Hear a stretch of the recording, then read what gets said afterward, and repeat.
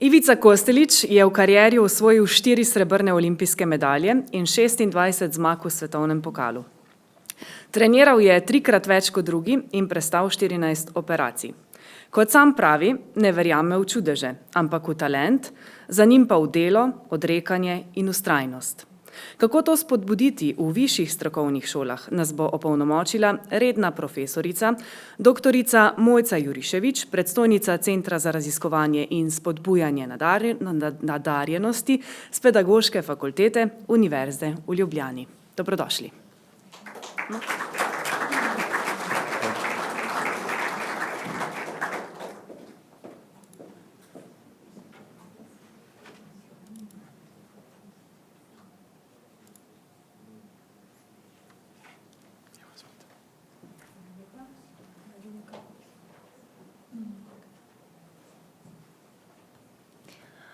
Dober dan.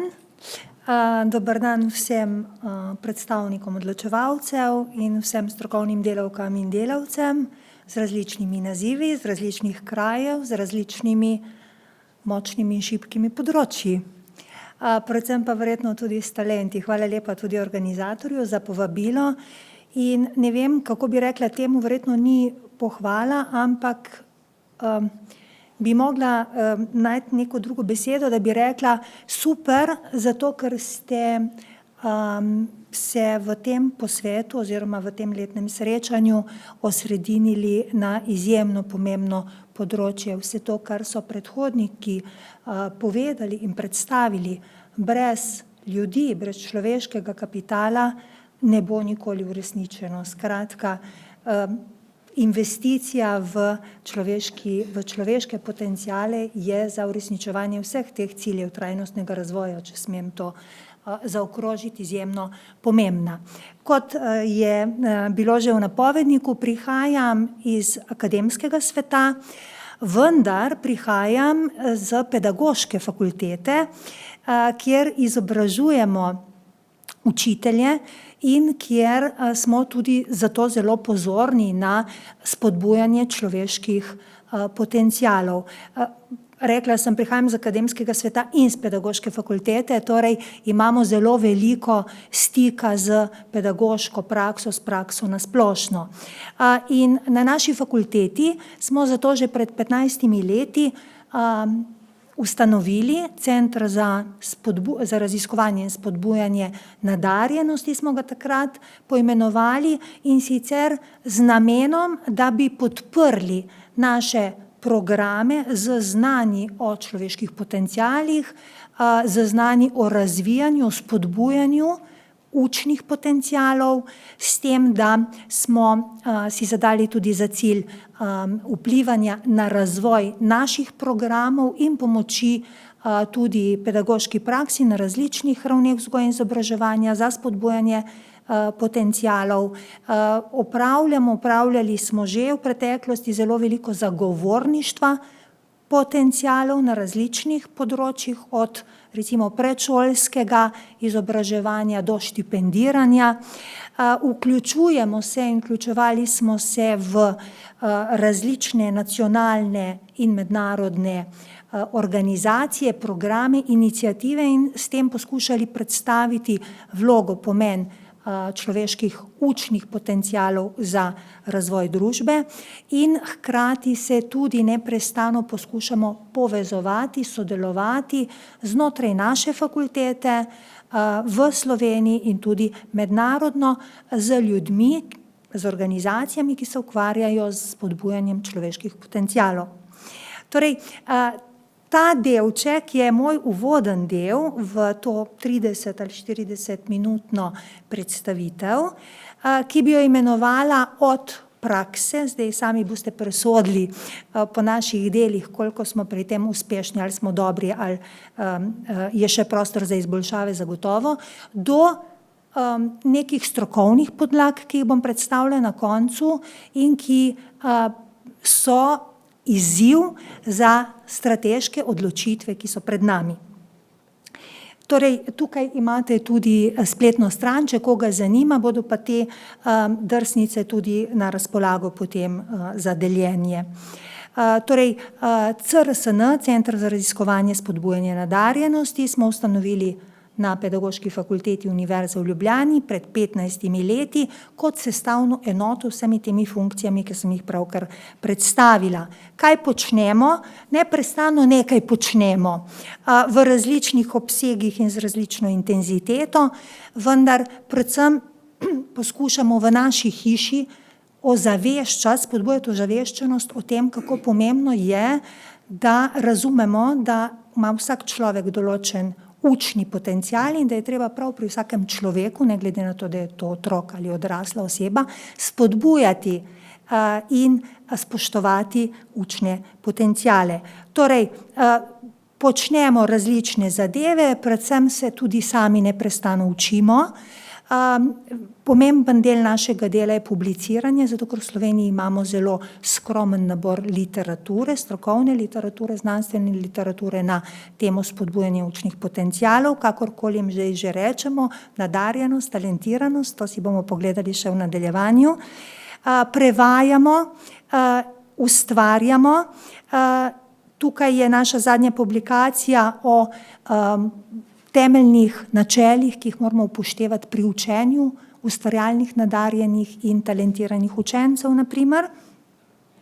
Kaj še počnemo? Nacionalno poskušamo tudi organizirati določene dogodke, s katerimi ozaveščamo in izmenjujemo znanje in izkušnje na temo človeških učnih potencialov z različnimi konferencami. Tukaj imamo tudi nekaj slikic. Prva se nanaša na strokovno ekskurzijo v sosednji Višnjan, slovenski Istri, kjer razvijajo izjemno visoko znanost na področju astronomije, poleg tega pa se ukvarjajo z talenti v predšolskem obdobju, pa tudi postdoc programe imajo. Sredinska slikica je primer udeležbe gimnazijcev na eni od konferenc o visokih potencialih, ki je bila pred leti na Dunaju.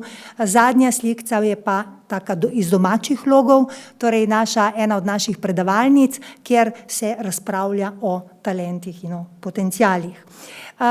Naj ob tem vas povabim. Na naši fakulteti organiziramo čez 14 dni nacionalen posvet na temo, koliko nadarjenih zmore Slovenija. Torej, obujamo 15-letnico našega delovanja in na ta dogodek vabimo slovensko stroko, da bi pogledali, kje smo, da bi si izmenjali izkušnje in da bi poskušali tudi malce pomagati začrtati prihodnost, torej kultivacije talentov, bom rekla, manj negovanja, ampak bolj kultivacije. Pomemben del, ki ga je omenila tudi magistra Majeričeva že na začetku, je raziskovanje. Torej, mi smo že ugotovili, da samo prenos različnih modelov, programov iz tujine v slovenski kontekst še ne pomeni uspeha, zaradi tega, ker ima vsak vzgojno-izobraževalni kontekst svoje značilnosti, zato poskušamo veliko tudi raziskovati. In sicer v vseh teh 15 letih smo izvedli kar nekaj raziskav, delali smo evalvacije vzgojno-izobraževalnega sistema, predvsem osnovnih in srednjih šol do sedaj, da bi videli, kakšen je sploh odnos do talentov in do kultivacije spodbujanja talentov. Prevedli, adaptirali smo tudi en zelo zanimiv test za ocenjevanje ustvarjalnega razmišljanja kot pomembnega dela talentiranosti ali nadarjenosti, ker je na tem področju tudi veliko pomanjkanje v Sloveniji. Poskušali smo ugotavljati, kakšni so talenti v naravoslovni učilnici, poskušali smo evalvirati, izdelati sistem evalvacije, ocenjevanja, spremljanja dela s talenti v srednjem šolstvu, poskušali smo ugotavljati, ali so talenti res tako zelo drugačni, mogoče malo posebni, čudni, z različnimi lastnostmi, ki ne pritičejo povprečni populaciji in tako naprej. Torej, osebnostne lastnosti smo proučevali pri dijakih Potem smo pa v naše delo vključili tudi naše študente, nadarjene študente, in z njimi smo izvedli zdaj že kar nekaj projektov na teme, ki jih predvsem zanimajo. Potem smo se povezali tudi s tujino in pripravili programe za samoizobraževanje učiteljev. Pokukali smo tudi v predšolsko vzgojo, kako se tam neguje ali kultivira talente in tiste, bi rekli, brihtne, pametne, bistre otroke. Potem smo se pa lotili tudi analize in priprave razvoja smernic za delo z nadarjenimi na visokošolski ravni, in to bo tudi zaključni del mojega prispevka, ko vam bom predstavila, do česa smo prišli oziroma kaj je rezultat našega dela. Trenutno pa izvajamo en raziskovalni projekt, kjer proučujemo, kako se znotraj vzgojno-izobraževalnega sistema spodbuja ustvarjalno mišljenje pri nadarjenih oziroma talentiranih učencih in dijakih. Tako, torej to je zdaj en zelo splošen pregled, kaj vse je mogoče recimo početi. Zdaj pa bi rada še zaključila to prvo predstavitev, in sicer s tem, da predstavim, da se naš center vključuje tudi v konferenčne dejavnosti in na mednarodno strokovno in znanstveno sceno. Leta 2014 smo že sodelovali pri organizaciji Evropskega kongresa za nadarjene, ki je potekal v Ljubljani. Potem smo se zelo hitro pridružili različnim organizacijam po svetu, ki sodelujejo, ki se ukvarjajo z nadarjenimi oziroma s talenti. Predvsem je tukaj Svetovna organizacija za delo z nadarjenimi in talentiranimi otroki pomembna. Jaz sem tudi članica izvršnega odbora v tej organizaciji. Priključili smo se oziroma skupaj smo soustanovili tudi Evropsko mrežo za podporo talentom, ki deluje že od leta 2015, in tudi v Bruslju smo v Evropskem parlamentu pridobili certifikat odličnosti na to temo. Pridružili smo se pred 4 leti tudi mednarodni raziskovalni skupnosti za raziskovanje ustvarjalnosti in inovativnosti. In ne nazadnje, to je pa zdaj malo lastne hvale oziroma povabilo, leta 2027 bomo organizirali v Ljubljani svetovno konferenco z naslovom Prihodnost talentov, v kateri bomo poskušali povezati, tako kot naše tromostovje, 3 glavne pojme, in sicer ustvarjalnost, odličnost in sodobne izzive na različnih področjih. Torej, tukaj pa vljudno vabljeni, več informacij dobite na naši spletni strani. Torej, zdaj pa kar naprej, torej, tako kot obljublja naslov, izhodišča in usmeritve v delu s talenti. Torej, kdo so nadarjeni in kaj je talent, to je večno vprašanje. Imamo veliko teorij, bi rekli, pa malo odgovorov, pa vendarle ne moremo reči, da je stroka danes leta 2025 bosa, torej imamo kar precej dobre skupne odločitve ali konsens o tem, koga lahko imenujemo, da je nadarjen ali talentiran in kaj to pomeni v okviru vzgoje in izobraževanja in na splošno v družbi in kako jih spodbujati, seveda, ko jih opredelimo. To bo tudi potem v okrogli mizi, se že veselim, verjetno tudi poglobljeno. In kot sem omenila, bom na koncu predstavila še smernice Ljubljanske univerze za delo z nadarjenimi. Kateri ljudje smo nadarjeni? Torej, velikokrat se sliši, da smo vsi, vsak za nekaj. A ste to že slišali? To ponavadi mislimo, in v nekem takem nestrokovnem svetu je to tudi sprejemljivo, v stroki pa ni več sprejemljivo, ker vemo več. In zato, ker vemo več, je fajn, da to znanje usvojimo in da ga tudi uporabljamo. Torej, če si pogledamo, kako je zdaj s temi izjemnostmi, z nadarjenostjo, talentiranostjo, če rečemo, da je to res nekaj izjemnega, ne. Tukaj je Gaussova krivulja, ki pride v takih primerih prav in ki nam pomaga razumeti, da nismo vsi enaki, a ne, smo enakopravni, ampak nekateri imamo nižje sposobnosti, a ne, potem večina nas ima povprečne sposobnosti in nekateri imajo izjemne sposobnosti, a ne. No, in za te z izjemnimi učnimi sposobnostmi, s katerimi se rodimo, rečemo, da so talentirani ali nadarjeni, ja. Torej, in take izjemnosti so značilne za nekatere, za razliko od večine ostalih vrstnikov.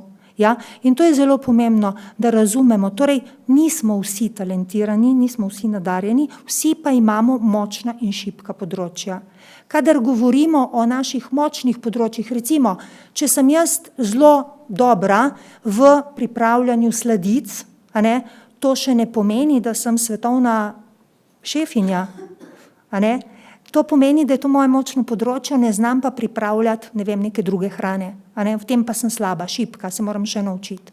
Ampak, torej to je na ravni mene kot človeka. Potem pa, ko pa govorimo o talentih, po nadarjenosti, pa vedno primerjamo nekdo proti večini, oziroma v razmerju do večine, ne proti, a ne. In od takrat potem govorimo o nekem talentu, ja. Zdaj, v čem je problem? Problem je, da smo v različnih razvojnih obdobjih različni, imamo različne značilnosti in lahko tudi različne stvari pokažemo, vendar mi še vedno, ko govorimo o otrocih, a ne, vse to, kar konvergira vzgojno-izobraževalni sistem, si mislimo lahko, da, ampak to je že zastarelo razmišljanje, da so ti otroci pomanjšani odrasli in zato jih oblačimo tako, ampak to je še, da ne, poglejte slikce, a ne, kdo so nadarjeni, če pobrskate po Googlu in vpišete notri nadarjeni, talentirani, boste dobili veliko takih slikic pomanjšanih odraslih, a ne. To je v bistvu škodljivo za otroke, ker otroci so v razvojnem obdobju, ki je drugačno od razvojnega obdobja odraslih in zaradi tega, ko formiramo pričakovanja za odrasle, do otrok, je to lahko tudi škodljivo, ker so ta pričakovanja lahko previsoka ali pa niso v skladu s tem, kar otrok na določeni stopnji zmore. Torej, to je problem in problem je zato, ker so otroci, bomo rekli, še premalo časa na tem svetu, da bi lahko pokazali te talente. Mi vemo, da se rodijo z različnimi sposobnostmi, ampak nimamo vpogleda direktno v njihove možgane, da bi videli, kako se razvijajo. A ne, šele potem z življenjem, z delom, z izkušnjami vidimo te talente, kako se porajajo, a ne. Mi pa delamo z otroki v vzgojno-izobraževalnem sistemu in tega vsega še ne vidimo. In to je problem, zato obstajajo znanstveniki, ki se zelo ukvarjajo s tem, kako bi čim prej lahko dobro, točno razumeli, kakšne sposobnosti ti otroci imajo, da bi jih lahko čim bolj ustrezno spodbujali. Nam pomaga tudi nevrofiziologija pri tem razumevanju.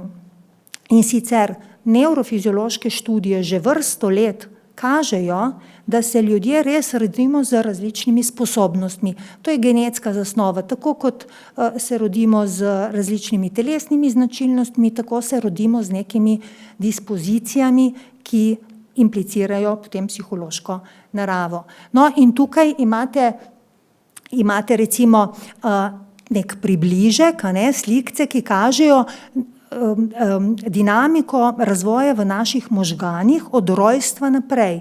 In včasih je veljalo tako, tisti, ki se rodimo z boljšim genetskim materialom, smo potem tudi v življenju na splošno bolj uspešni, se je reklo, ti smo inteligentni, pametni in tako naprej. No, danes vemo več in vemo, da to ne drži čisto. Drži, da se rodimo z različnimi potenciali ali sposobnostmi in to implicirajo tudi ti prikazi, te slikice možganskih povezav, ki kažejo neko plastičnost. To pomeni, da ko se rodimo, se v naših možganih marsikaj dogaja, zato ker menjamo življenjsko okolje, prenatalno, postnatalno, in zato se tudi možgani zelo hitro prilagajajo.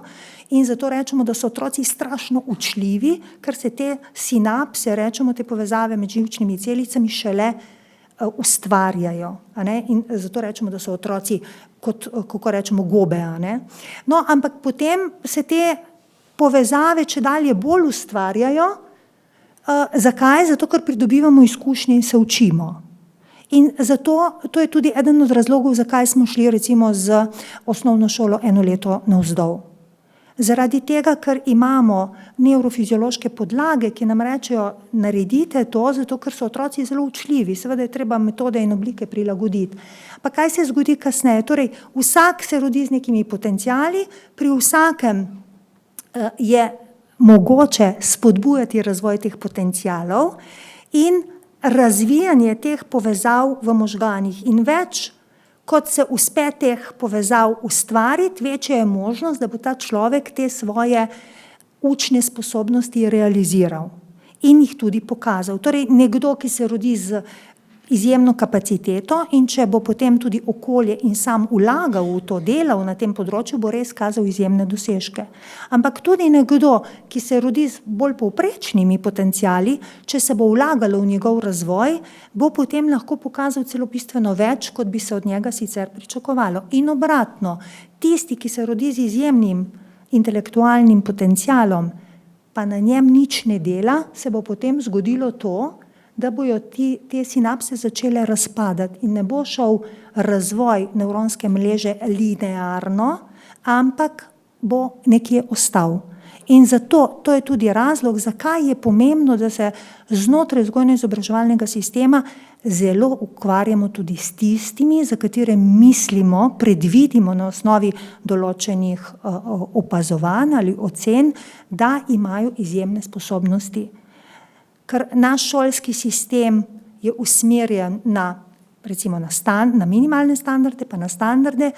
Ti otroci in mladostniki, ki pa imajo izjemne potenciale, nekako ne uspejo razvijati vseh svojih potencialov, ker jih sistem v povprečju k temu ne spodbuja. In zato je pomembno, da za njih še posebej ustvarimo pogoje, kjer lahko ta njihov kapital tudi realizirajo.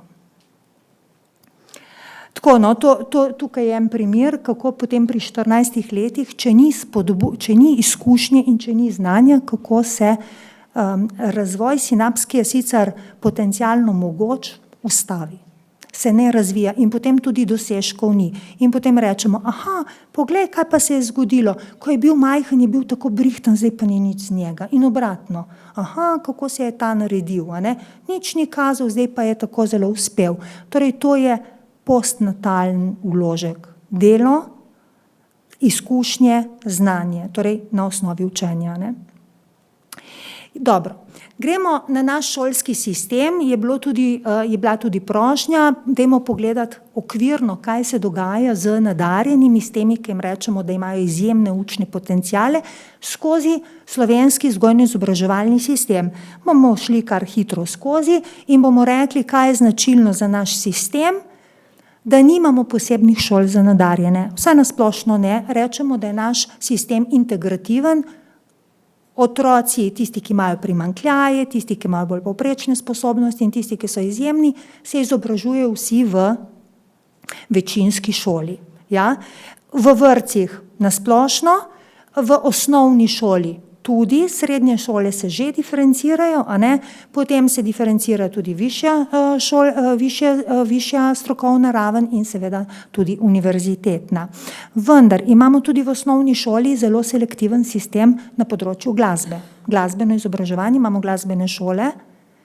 Na področju osnovne šole imamo tudi športne dejavnosti oziroma športne klube, ki prevzamejo tiste, ki so talentirani recimo v športu, za vse ostalo pa nimamo posebnih specialnih programov, ampak imamo večinski sistem.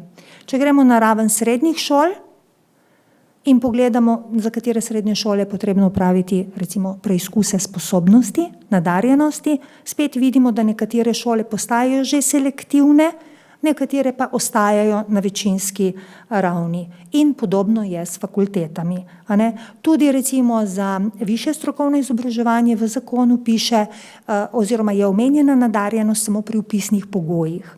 A ne? Da za določene programe se lahko koristi dejstvo neke posebne nadarjenosti. A ne? Torej, tako nekako, ampak večinsko rečemo, da je sistem integrativen. Zelo dolgo in bogato tradicijo imamo štipendiranja nadarjenih od Zoisovih časov dalje. Imamo zelo bogato tradicijo tekmovanj na različnih ravneh, na različnih področjih.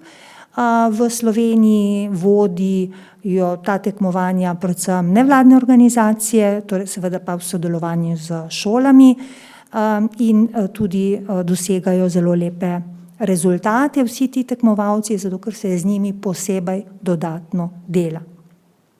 Imamo tudi nacionalne dokumente, ki jih je pripravil in jih pripravlja Zavod za šolstvo, in sicer imenujejo se bolj ali manj koncept del o prepoznavanju oziroma odkrivanje in delo z nadarjenimi učenci, dijaki, otroci. Že od leta 1999 se uvaja nek nacionalni sistem skrbi za nadarjene, od tega, da se te otroke prepoznava in potem pripravi nek program, po katerem lahko delajo. Ta sistem je zdaj v posodabljanju in ima še veliko odprtih vprašanj, ampak torej to imamo, to obstaja. Imamo tudi integrativno začetno in potem nadaljnje izobraževanje učiteljev na tem področju. Na različnih fakultetah imamo različne predmete, v okviru katerih se učitelji usposabljajo za delo s talenti, torej v osnovni srednji šoli in potem tudi v programu stalnega strokovnega spopolnjevanja. Danes smo slišali veliko o sodelovanju. To sodelovanje, kako sem se zadnjič naučila en idiom, there is much more juice to squeeze.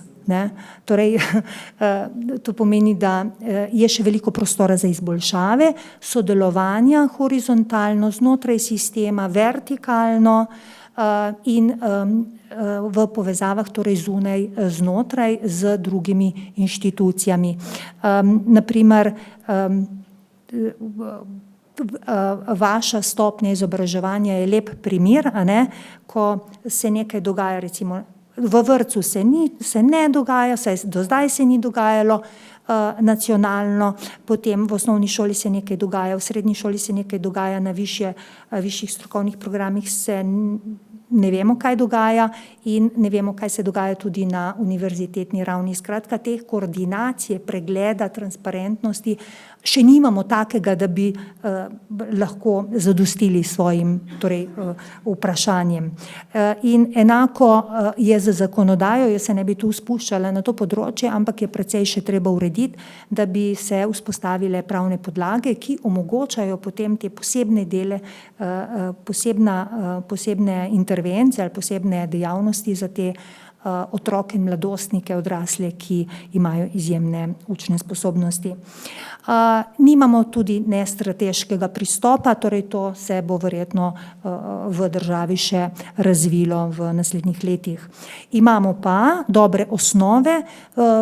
Lansko leto je bil zaključen programski dokument za razvojno, torej rekli smo mu NPVI, Nacionalni program za vzgojo in izobraževanje za naslednjih 10 let, ki se je zdaj preimenoval v programski dokument za razvojno načrtovanje do leta 2033 in v tem dokumentu poleg drugih zelo smiselnih, bi rekla, smernic za zagotavljanje predvsem kakovosti vzgojno-izobraževalnega sistema je tudi področje izobraževanja teh, ki jim rečemo nadarjeni ali talentirani.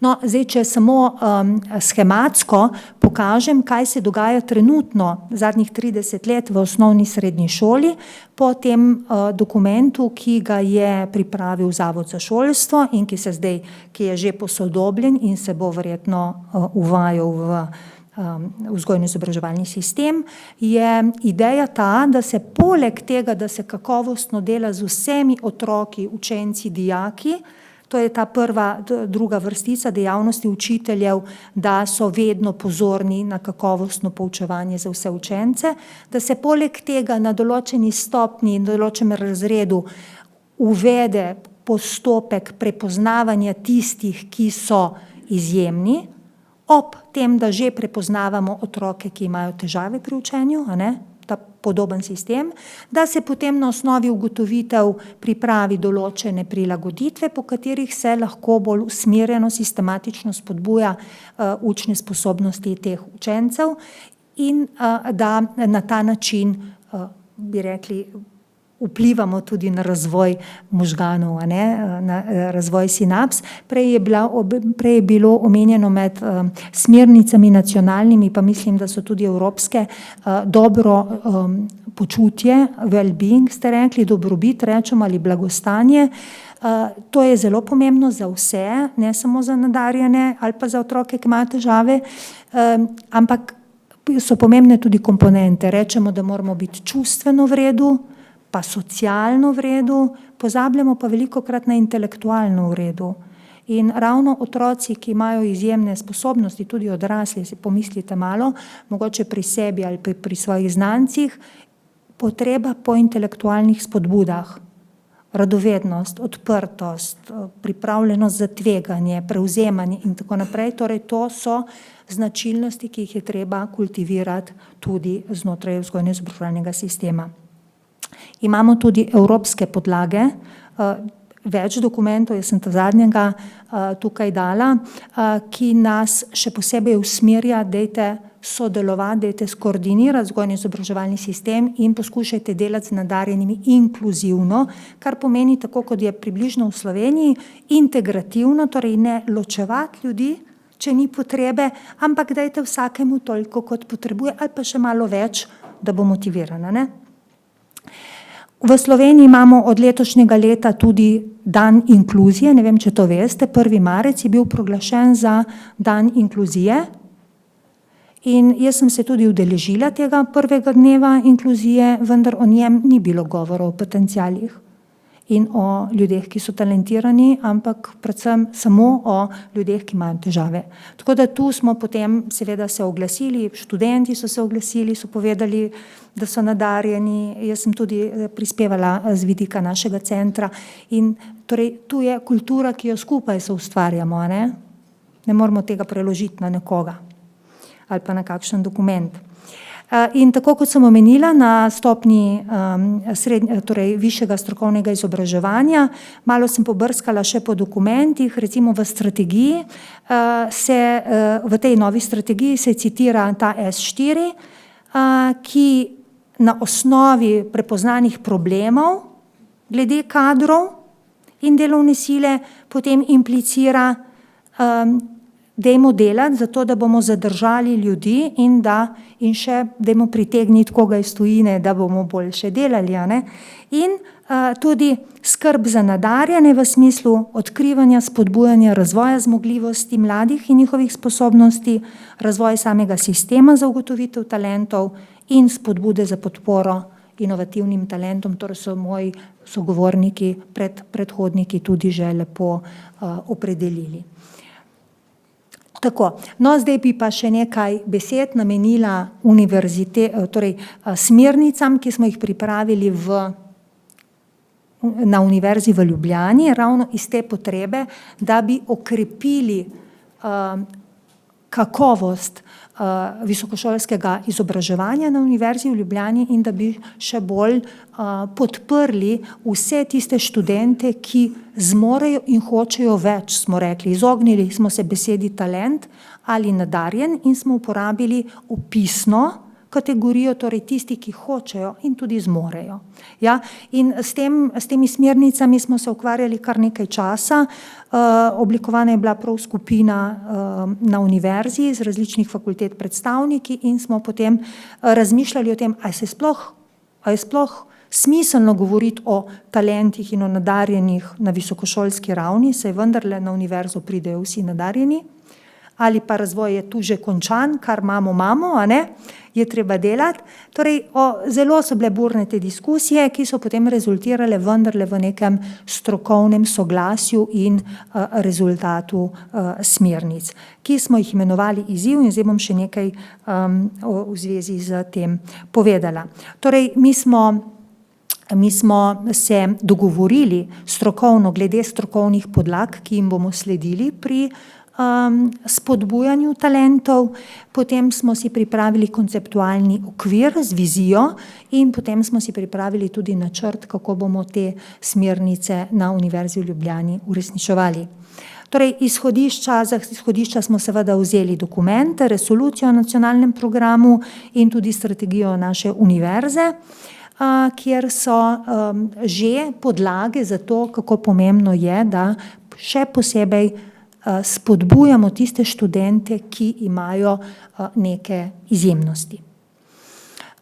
Predhodno smo pa opravili analizo na vseh članicah univerze, smo naredili vsebinsko analizo dela in smo ugotovili, da prav vse članice naše univerze že delajo s talenti, ki jih različno imenujejo, tudi različne prilagoditve delajo, od recimo akceleracije, torej ne samo vzporednih študijev, ampak tudi preskakovanja letnikov, posebnih projektov, predvsem raziskovalnih, umetniških in tako naprej.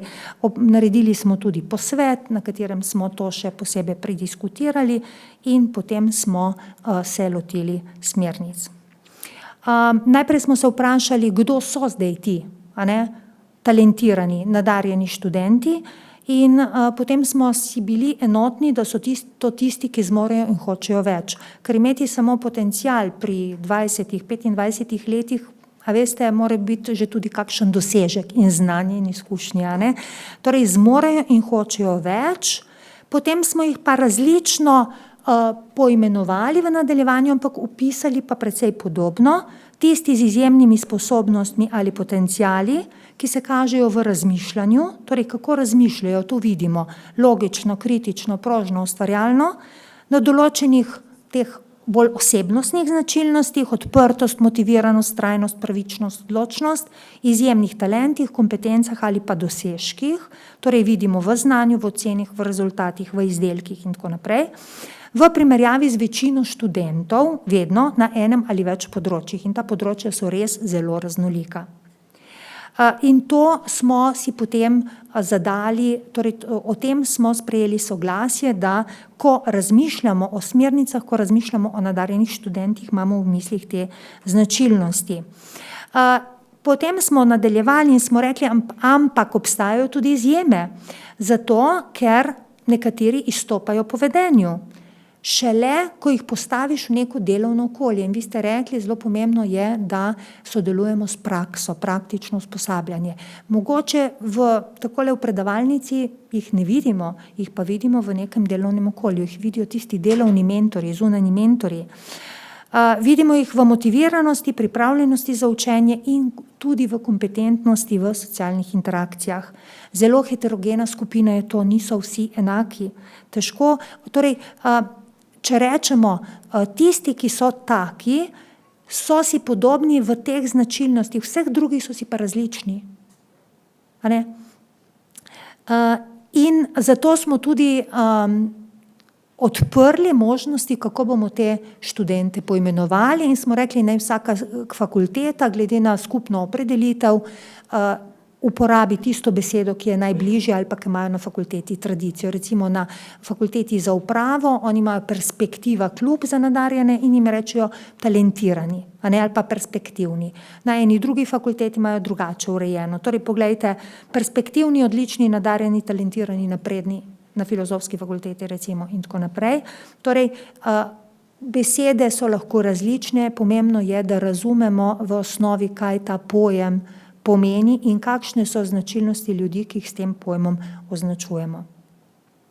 Za teoretsko osnovo smo si potem vzeli danes prevladujoč model razvoja talentov ameriških avtorjev, ki reče, ne bomo se zdaj spuščali v njega, lahko pa dam literaturo, ki reče, da je treba na talente gledati razvojno.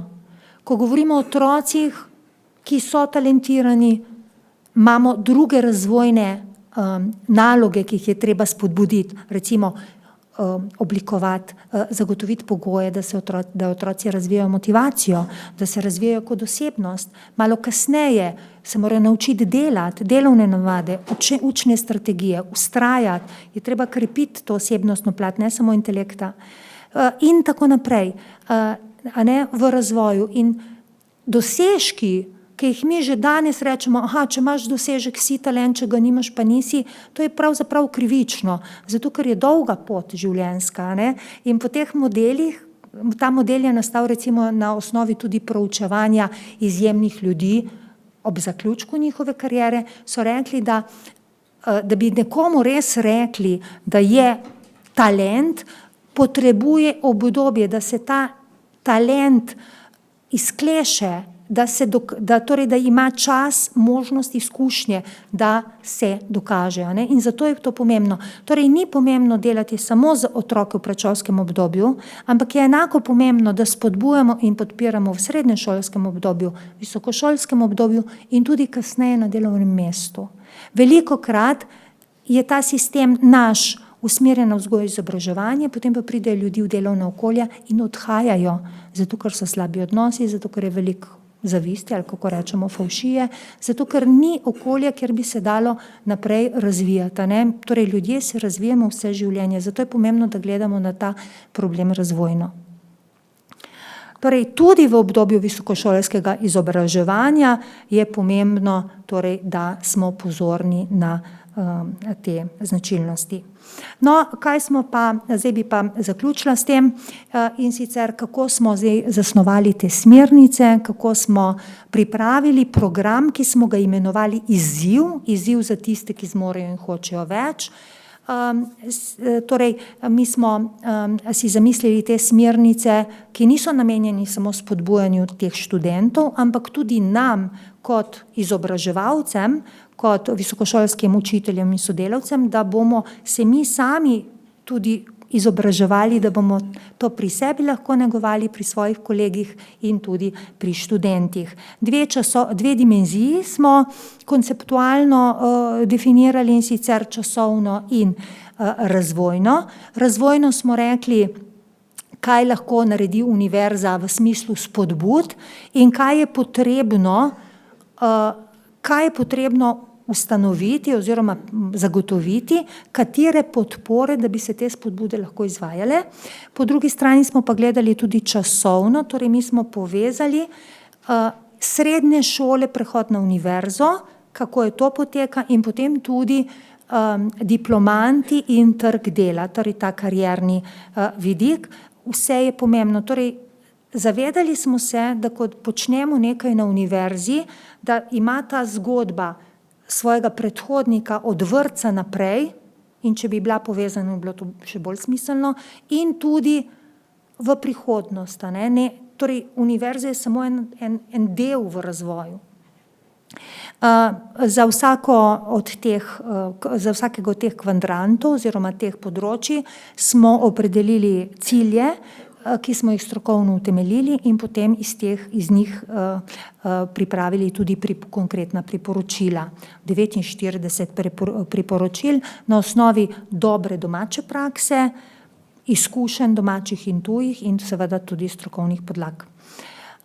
Zdaj, če si pogledamo prehod iz srednje šole na univerzo, smo se zelo potrudili, da bi čim bolj ustrezne dijake pridobili na programe, ki jih Univerza v Ljubljani ponuja. To je zelo pomembno.